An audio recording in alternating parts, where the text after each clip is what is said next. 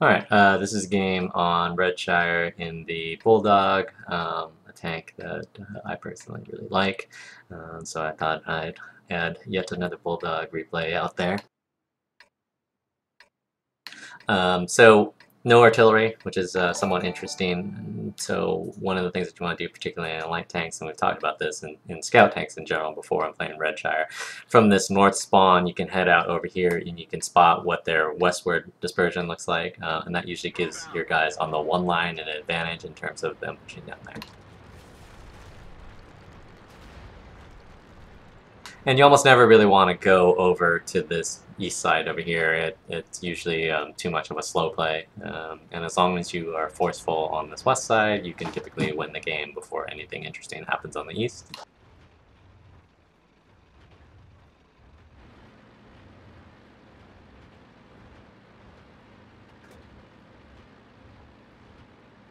And so we'll go up here just to light.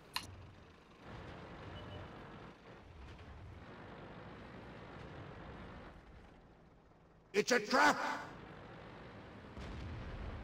And sometimes you'll get lit there, and sometimes you won't. It depends on what they look like. So we know that they have 210s in the middle here, which is fine. We want to see what else that they sent over on this way if we can, though. And you can keep poking up here as long as, ideally, you're not lit. And we see that they have an AT-15 crossing over here. We've got a few guys headed out over towards this one line, so it's just a matter of waiting until they get into position. It's a trap!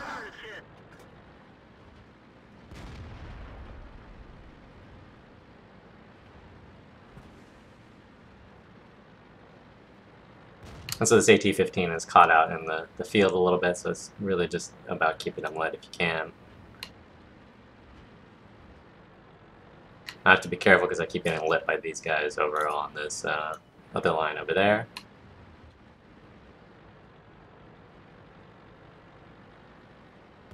And so we've sent a couple of guys over to this east side, but as I've said before, I don't really think that that's usually very fruitful, so it's not really that big of a deal. You don't have to press there very hard. It's really easy to defend from either side, really.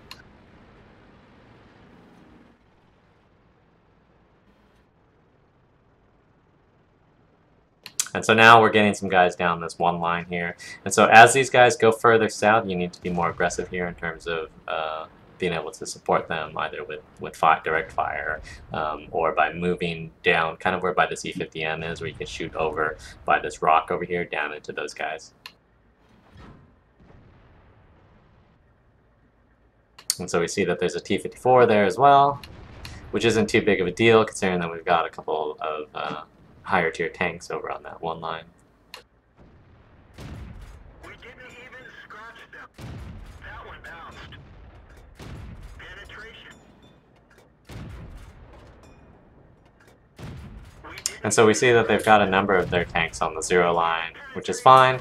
We're being a little bit too aggressive on that side, but really it's not that big of a deal. We've only got a couple of tanks over there.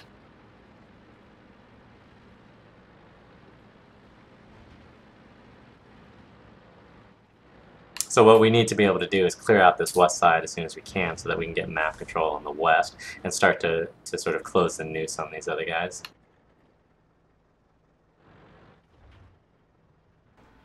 And so now what we want, all these one-line guys need to do is start lighting because we've got so much control over this hill that these guys will be able to get shots down there. So you'll see like that T-54 is taking fire, I'm able to get shots on the AT-15.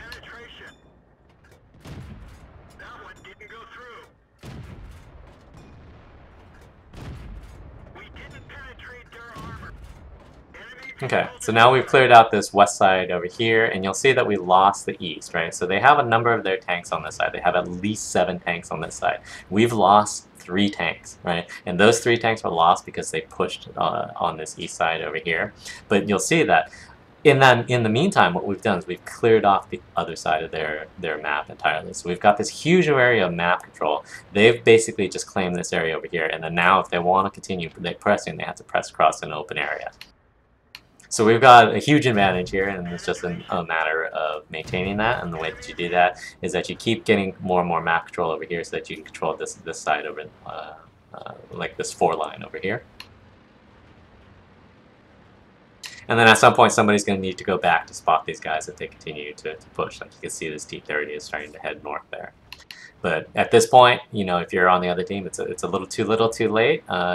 If you're going to play there, you have to, you know, especially if you're up against an inferior force, you have to beat them down quickly so that you can get into position, you know, put some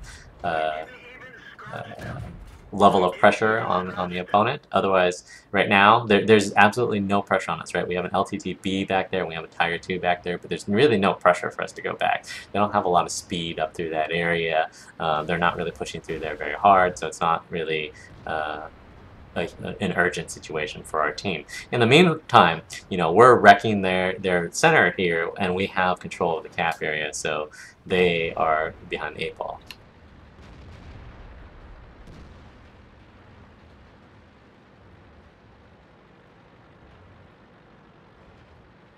And then, of course, it's just always good practice to go back and make sure that you can spot them on the way in. Presuming that they do push, right? We saw the T-28. We knew that the T-30 was coming out here. We saw the T-28 headed out in that same direction. Both of them aren't really nimble tanks, so they'll probably still be out here someplace.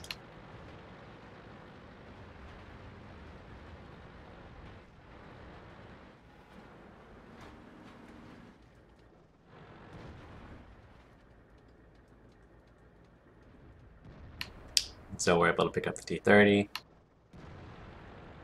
And he's kind of pinned in there now, which is pretty much what you want to be able to do. You want to get them pinned in there, or at least, you know, make them force them to drive across that open area. See how they're doing that right now. So basically they're driving out into an area from which they can get shot, particularly from these guys like the Tiger 2 and Obey over here. It's a trap! So we see the T-54 lightweights on this side, not that big of a deal. I want to keep these guys lit over here, this T-28 if I can, and the T-30, which is, I know is somewhere over there. Target acquired. I don't see the target. Enemy armor is damaged. Enemy is hit. Enemy vehicle destroyed. Enemy armor is damaged. Enemy is hit. And then we just get a bunch of free shots into the side of tanks, which is really what you want to be able to do if you're playing the Bulldog. It's fantastic. And then there's just mop-up at that point. And so, despite the fact that they had a large number of tanks on this zero line, and this is why I always say that you don't really need to commit very many tanks to the zero line, despite the fact that they had a large number of tanks, they outnumbered us, they killed all of our tanks there. By the time they had done that, we had such a huge lead on them that the game was over.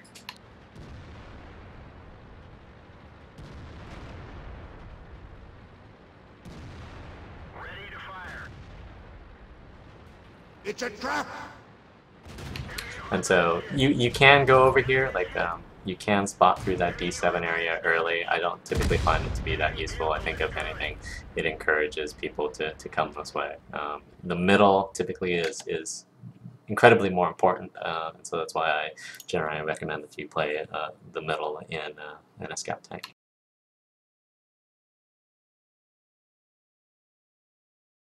Alrighty, and so if we look at the stats, let's see, did that work? Yeah, that worked.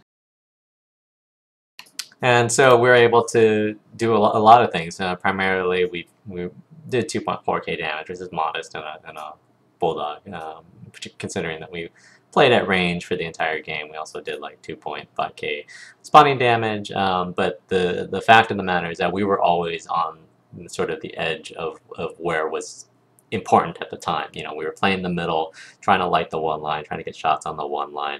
You know, you move down to the K to try to light through that center, through their cap, and then you go back to the base to prevent them from being able to push across unseen. And you can, the nice thing about the Bulldog is it has enough speed where you can push around to the flanks of people. You know, we moved to that center hill. We were able to get flanking shots on the T-28 prototype and the T-30. And sort of those are the shots that you're looking for when you're in the Bulldog or in light tanks in general. People who are in prone positions where you can get easy damage, so to speak.